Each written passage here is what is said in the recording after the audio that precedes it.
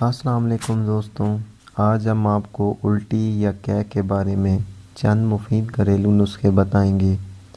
الٹی یا قے دراصل معدے کی خرابی کی وجہ سے ہوتی ہے۔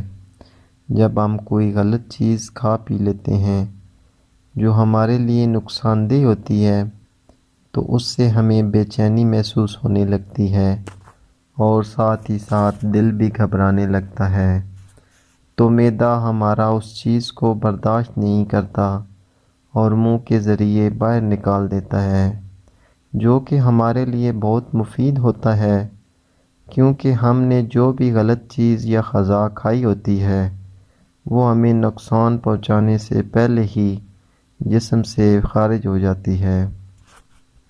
اس سے معدہ بھی صاف ہو جاتا ہے اور ہم کافی ایزی محسوس کرنے لگتے ہیں۔ الٹی آنے کے بعد اگر رک نہ رہی ہو تو پیاز کو پیس کر پانی نکال لیں اور مریض کو 1-2 چمچ پلا دیں، اس سے الٹی فوراً رک جائے گی اور بے چینی بھی ختم ہو جائے گی۔ پودینے کا استعمال: اگر آپ کو الٹی آنے کی کیفیت محسوس ہو رہی ہو تو پودینے کے پتوں کو منہ میں رکھ کر چبا لیں، تو اس سے بھی دل کی گھبراہٹ اور بے چینی دور ہو جائے گی اور الٹی کی شکایت سے بھی افاقہ ہوگا۔ تیسرا نسخہ ان حضرات کے لیے ہے جو بہت زیادہ سفر نہیں کر پاتے، جو تھوڑے سے سفر کے دوران ہی الٹیاں کرنا شروع کر دیتے ہیں۔ ان کے لیے یہ بہت ہی بہترین اور آزمودہ نسخہ ہے۔ دوستوں، کرنا آپ نے یہ ہے کہ 1 عدد مالٹا یعنی سنگترا لے کر اپنے پاس رکھ لیں۔ جب آپ کا دل گھبرا رہا ہو یا متلی محسوس ہو رہی ہو تو مالٹے کو دوستوں کھانا نہیں ہے، بلکہ اس کو ناک کے ذریعے سونگھنا ہے اور مسلسل سونگھتے رہنا ہے۔ اس سے الٹی بھی نہیں آئے گی اور متلی بھی ٹھیک ہو جائے گی اور ساتھ ہی ساتھ آپ کا سفر بھی آرام دہ رہے گا۔ چوتھا نسخہ جو ہے وہ الٹی کے لیے بہت ہی مفید ہے۔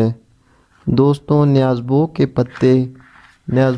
پتے جن کو تلسی کے پتے بھی کہا جاتا ہے، یہ پتے الٹی آنے سے پہلے اور الٹی آنے کے بعد دونوں ہی حالتوں میں بہت مفید ہیں۔